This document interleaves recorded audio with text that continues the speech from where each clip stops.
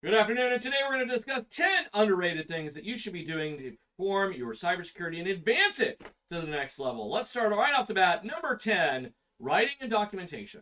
Writing documentation is key to having a successful cybersecurity report, right? And I want you to think about this, okay? Here you are, you're working in a SOC environment, maybe you're a cybersecurity incident responder, maybe you're doing auditing. It doesn't matter. Being able to write and document what's going on, whether it's an incident, whether it's a ticket, playbook, SOP, maybe it's a threat intelligence brief, maybe it's an audit report. It doesn't matter. Whatever you're doing, you need to be able to have good documentation. You need to be able to go, this is what happened, this is how it happened, this is what we did to fix it, in a clear, articulable language that gets the point across with minimal fluff, with minimal words associated with it, right? Now, that's not always the case. In a ticketed atmosphere, that's great. But sometimes in a report or in an SOP, we still need to be able to articulate what's going on, but very clearly, very succinctly. And that's a definite skill. A lot of times what we see, especially from college students, is essays. Essays. I'm not looking for an essay. I'm looking for who, what, when, where, how, and why. Very clear cut, very to the point. What can you do? What can you tell me? And I don't want the fluff, right? And that's really where writing and documentation come into play. And so if you're one of those people that has struggles with writing, maybe you didn't do well in college, maybe you can't write those essays very well, maybe you can't do that, that's okay. We have AI available to us. But what you want to be careful of is writing your report in AI and just throwing it on your report. It's not a good thing. You need to proofread it. You need to condense it. A lot of times what AI likes to do is it likes to fluff. It loves to fluff, and we want to stop the fluff, okay? And so number 10, right off the bat, cybersecurity writing and documentation, right? Remember, a good document will make your life a lot easier as it goes through. All right, let's move on to number 9, security architecture knowledge. I know we went from writing documentation over to more of the technicals perspective, security architecture. And we're talking about not what the stuff does, right? It's important to know what a router does. It's important to know what switch, but that's to be like, yeah, you should already know that. Before you even get into cybersecurity, you should know that, right? What we're talking about is how does your architecture work, right? What's the map look like? If it goes from this system, then what's it connect to? And then what? And then what? And then what, right? And having that knowledge of the overall architecture of your system. What vendors do you utilize? What models do you utilize? What operating systems are on your system, right? What type of IPS are you utilizing? What type of, you get the point, right? All of this comes into play, and while no one expects you to memorize all of this, you should be able to find a map of your network, right? I can't tell you how bad it gets, especially in bigger organizations. I can remember one organization I worked for very recently on the private side. Horrible, absolutely horrible of understanding what equipment was there and understanding how the network actually functioned. I had to write a map out. When I got there, I went to the market the first time. I drew out an entire network map, right? What microwaves were in use, what servers were being utilized. Yes, microwave radios, right? What servers were utilizing, what routers, all the good stuff. I had it all documented and everything with the models, everything, okay?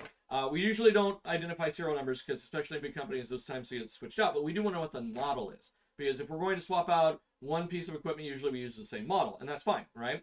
However, I left, I went somewhere for like 2 years, and then I came back to the same market, and not only did they lose the network architecture map, they never updated it. Because by the time I finally found it, which took me like 3 months, right, of going through my own paperwork, no one bothered to update it. And so you, as a cybersecurity professional, you need to know all these things. And you need to be able to clearly articulate where they are, what connects to what's segmented, what's not segmented, what VLANs you're using, what's your network design look like, where's your zero trust at. All of these great things you need to understand, and you need to be able to document and keep that documentation up to date. If you do that, it's going to make your life a lot easier, and you're going to come off as a superstar. I guarantee it. Because a lot of people don't do it. You'd be surprised how often it's not done. And so definitely something you need to take advantage of. All right, that leads us to number 8, literature. And I'm not talking about the latest academic paper. I'm talking about privacy literature, rules, regulations, that type of thing. We're talking about GDPR, CCPA, HIPAA, PCI-DSS. You get the point, right? Whatever the literature, whatever those laws and regulations that have to do with your organization, know them, love them, read them. I can't stress this enough. You'd be surprised how many cybersecurity professionals have the very basic knowledge of those laws. They're like, oh, I got Security Plus, so I know GDPR is a European law and it does this. but they can't really say anything else. And yet your business thrives with 80% of it doing business in Europe. And you don't know GDPR? Why not? It's required. It's something you should definitely know. You need to read the laws. No one's asking you to be an expert.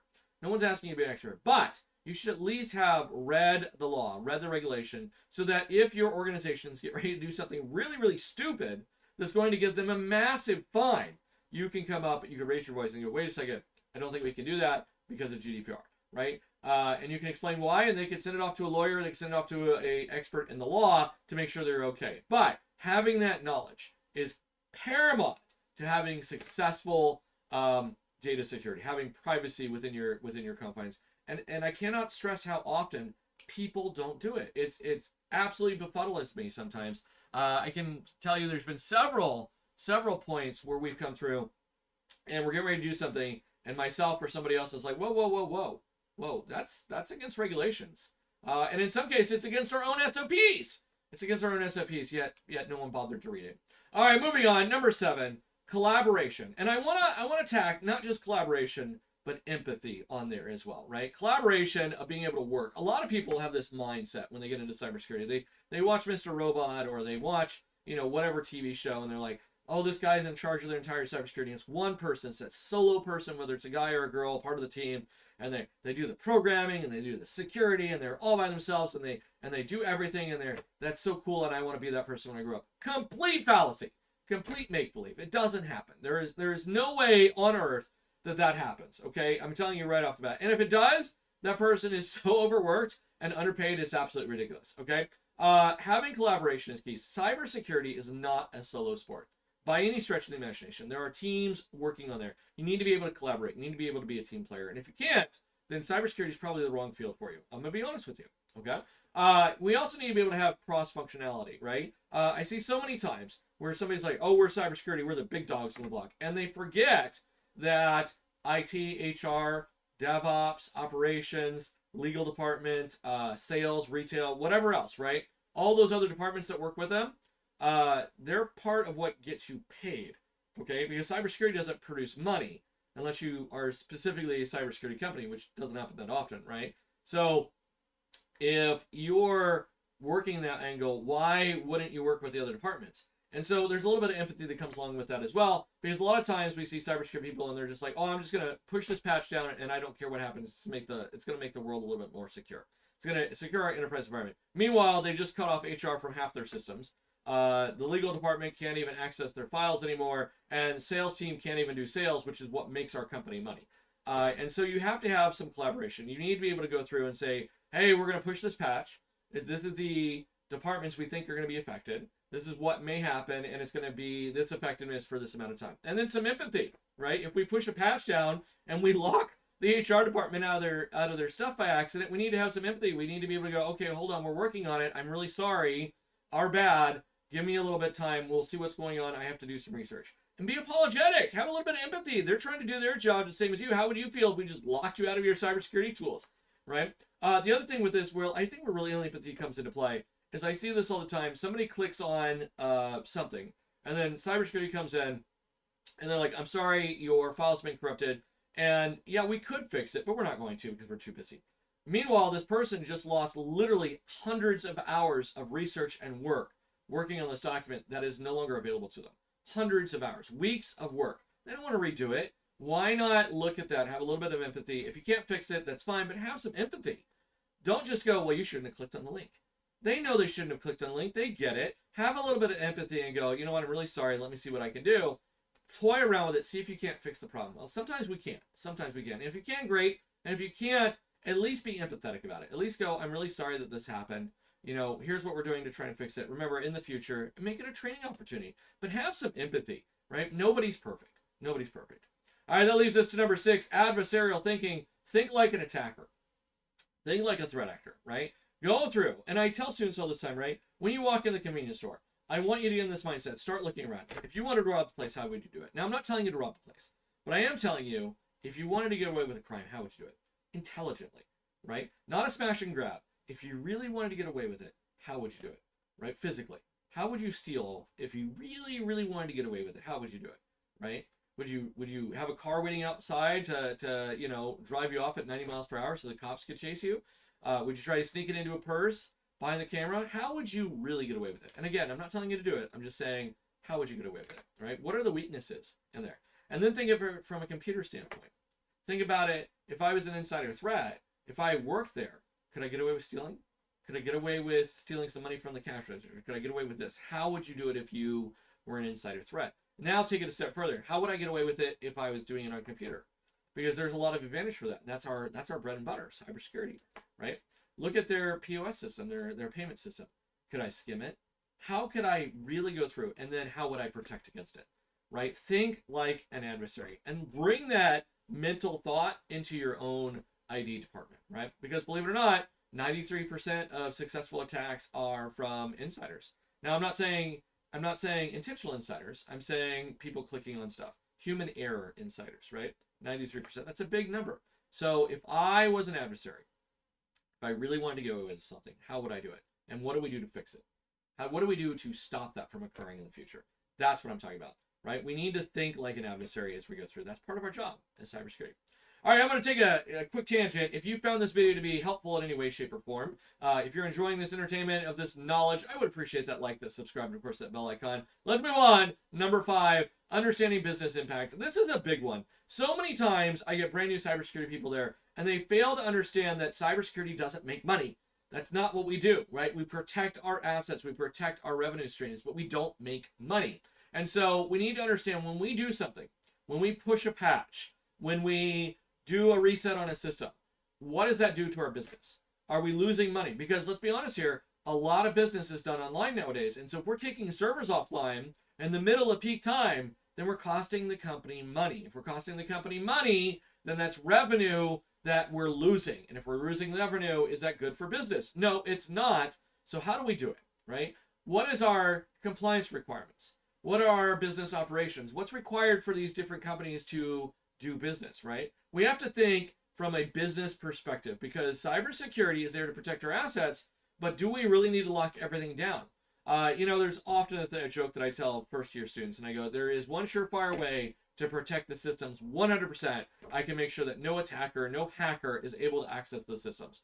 And I usually ask people, and they're like, oh, well, I would do this. And I'm like, no, that's wrong. Or I would do this. No, that's wrong. They're like, I would unplug the internet. Kind of, sort of, but an attacker could still get in physically. So how would I do it? And they think, and they think, and they think. And usually I get one answer. But the only real way to do it is to get rid of it. Well, if I get rid of it, I'm out of a job, right? And so understand that perspective of cybersecurity. Our job is to protect assets. Our job is to go through and understand how the business works. And when we do something, whether it's a patch, whether it's a fix, whatever it's doing, how is that going to affect our business? And do we need to take it up a step for approval? Do we need to prep for that? Do we need to go to the department and say, hey, in 2 or 3 days, we're gonna roll out this patch, and it's gonna do this to your system, so we're gonna migrate this stuff off. How do we ensure that we have business continuity? Because that is our job. That's part of what we do. All right, number 4, tool customization. And I want to add scripting on there too, right? Instead of knowing hundreds upon hundreds of tools, because I've got students like this all the time. They're like, oh, I found this new tool. I found this, and I do this, and I do this. Why not master a couple tools? Why not master a couple tools that have multiple faucets to them? Burp Suite is a great tool, right? It has lots of different parts to it. It can do a lot of different things. So instead of knowing like 15 different tools, why not just learn Burp Suite at an intrinsic level and master that tool and then not learn the other tools? Sometimes that's better. And taking that a step further, how can I script? How can I create maybe a Python or a Bash shell or maybe even PowerShell, right? And go through and script a little bit to make my life easier, to automate some of those processes in our own department to offload some of that work. Because we never have enough time, we never have resources, we never have enough labor. And if we never have those 3 things, then what can I do to streamline those operations? And so tool customization, tool mastery and scripting, it's a big one, right? How can I build automation into my network? How can I build that automation to make my life easier and have a higher response time within our own organization? So definitely something that I would work on. If you don't know programming, I highly suggest Python. It's a great programming language to learn. Definitely something that you should partake in as you're going through. All right, number three. We're gonna take a little bit side tangent off of number 10, which was documentation and reporting. Number 3, communication and storytelling. And I'm going to throw communication and storytelling in there because a lot of times security fails to accurately, in layman's terms, communicate what's going on with the system, right? A lot of times, especially in cybersecurity, we're like, oh, well, you know, it accessed this protocol to take care of this vulnerability, and it's this CVSS, and it offers us this CVE, and da-da-da, and we go through this whole technical garbage that nobody but somebody in cybersecurity and IT can understand. And that's not good. That's not telling anybody what's going on. And so we need to be able to drop it down to a level to where other people can understand it for various reasons. The first one being, if somebody clicked on something and they did something they weren't supposed to, can I drop that down to let the company know, hey, we had an employee that clicked on this, which caused this, which did this, right? And now we can go through and we can send out an email to all of our employees, hey, remember phishing emails, remember this, da-da-da-da, and we can articulate that across the board. And then, you know, our managers and supervisors, they're happy because we're pushing down training opportunities, right? So we need to be able to storytell what's going on, right? People learn. Human beings love stories. And so instead of just sending down a report, if we can tell a story that really comes into play and attracts our people, attracts our employees, and tells them, hey, you know, this is Joe, and Joe did this, and then Joe did this, and then this is what happened because Joe clicked on this link, and da-da-da. We can tell a story, we can get our point across, and then people are entertained, and when they're entertained, now we've also educated them, which means we're going to have less incidents because of that. And so great storytelling, great communication really does put in perspective for employees as a learning asset to make our lives easier. But more than that, we need to be able to communicate to non-technical people at a managerial level, at those C-suite level. Your CFO, your CISO, not your CISO, but your CEO, they're probably not technical experts. And so how can we tell the story to them in a very non-technical manner that lets them know what's going on and then doesn't do it in such an alarming fashion? Well, the worst thing we can do is tell our CEO or a CFO or somebody in the C-suite, this happened, and make it blown completely out of proportion.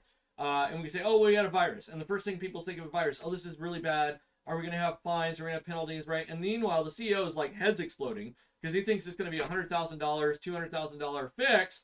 And you're like, oh, no, I just ran an AV program and we fixed it. Well, why didn't you start off with that, right? Why did you make the C-suite employees all of a sudden feel like, you know, it's going to cost them $100,000? Now they're upset with you, right? And so we need to be able to communicate in a non-alarming way what happened, explain in clear detail what happened, what we did to fix it, and then identify what it cost us, if anything, right? And I love the 0 to 10 scale. I love the 0 to 10 scale and whole numbers. We don't want to do dots. We just want to do whole numbers, right? Virus. We remediated the virus. It was a 2. Okay? 10 being worse, it was a 2. That way the CEO can go right at the very top of the report and goes, oh, it's a 2, I don't care, right? Or he can go through and go, oh, well, crap, that's a 9. What happened? And now he can properly prepare himself, or she can properly prepare themselves, right? And so we need to be able to communicate. We need to be able to storytell, all right? All right, number 2. This is a big one. Critical thinking. Critical thinking. And more than critical thinking, being able to analyze what's going on, right? A lot of times, what we see in cybersecurity is we'll see an incident occur, and we'll have taken care of that incident. And we're able to go through and go, okay, well, this incident occurred on this piece of equipment, on this server, and we're able to analyze the alert, we're able to look at the user activity, we're able to look at the threat intelligence, and we're able to determine, okay, this is what happened with this piece of machine. And it's no big deal. We rated it like a 2. And it's like, yeah, we had the skills in there. But what if that had happened on this other server, which is right next to it? Did we think about that? Did we correlate that information to our other assets? And if so, if it did have a major effect, if it would have had a major effect on that, shouldn't we harden that system? Shouldn't we be able to critical think and go, this happened on this one, it's probably going to happen on this other one later down the road. I should do something about that, right? And so we need to be able to analyze what's going on with our network and be able to critically think, hey, how does this encompass our entire network as a whole? Does it affect the entire network as a whole? Is this something that we should be aware of? Or is it low risk now and we don't have to worry about it, right? So we need to be able to go not more than just what happened, but why did it happen? How did it happen, right? And what do we do next? What do we do to fix it across the network? So having those critical thinking, those analytical skills, very much something that you need to be able to partake in within your thing. And the best way to do that is to learn, is to do attacks on your own home lab, to be able to fix those attacks as they're coming through, read into those attacks, read blogs, understand blogs, listen to that information that's coming through, and keep up to date with information. Be able to critical think. All right, this leads us to number one thing that you should do right after Security Plus, right after gaining that degree, right after as you're moving into cybersecurity field, or maybe you're already in the cybersecurity field. What is the number one thing you can do? Well, log analysis. I cannot overstate this. Log analysis, log analysis, log analysis. I cannot state it enough. Understand how to read SIEM logs, firewall logs, Windows logs, IPS, IDS logs, server logs. You need to be able to read logs. So many times I see people and they're like, oh, I've got a degree in cybersecurity, or, you know, I have this, or I have this. And you're like, oh, okay, great. What is it? What's this log tell you? And they look at it dumbfounded. And they're like, well, it came from this. So I have the IP address from the source, and I have the destination IP address. Oh, and it looks like they did TCP. Well, I can read Wireshark just like everybody else did. But what happened? And they can't tell me. They can't tell me what happened because they don't know how to read logs, right? And so you need to learn how to read logs. You need to be able to spot anomalies. You need to be able to quickly read through the data and then identify what happened. If I show you an excerpt of a log, you should be able to go, hey, it looks like somebody tried to do a password spraying attack. Or it looks like somebody is scanning our system. Or it looks like somebody's doing this, right? You should be able to read those logs. You should be able to go through and quickly identify within a matter of minutes of getting a log segment and tell me what happened. And if you can't do that, you need to practice on it. Now, how do I practice on it? Well, the easiest way is to start with Windows logs. Most people have a Windows system. Go into the security incident viewer and be able to read the log. This will give you basic information. Really basic information, but that's where we're going to start. From there, maybe go to Wireshark. Maybe do some attacks and look at Wireshark and have Wireshark running while you're attacking your own system in a virtual environment. You can do a password spraying and look at Wireshark and say, oh, that's what password spraying looks like. That's how it looks like. Maybe now I know what password spraying, and I dissect those logs. See what's going on. Be able to critically think and analyze what's going on within that log so that you can go, oh, now I know what's going on, right? And then SIEM logs, firewall logs, right? You use pfSense on your virtual home lab, and you can look at those firewall logs, right? It's ideal that you understand what's going on within your system, past just being able to identify the source, the destination, so on and so forth, right? I can read that just as well as anybody. That does not take a rocket scientist. But what does take skill is being able to analyze those logs and say, this is what happened, this is what's going on within that log. The log tells me it, and here's the key identifiers right there. If you can do that, if you can spot those anomalies, spot those attacks of what's going on, you're going to be ahead of the power curve. That is definitely a skill you need to learn. And the only way to learn is to do it. The only way to learn is to do it. All right, I'm Dr. K. That's it for today. Thank you very much. We'll see you next time. Have a good one.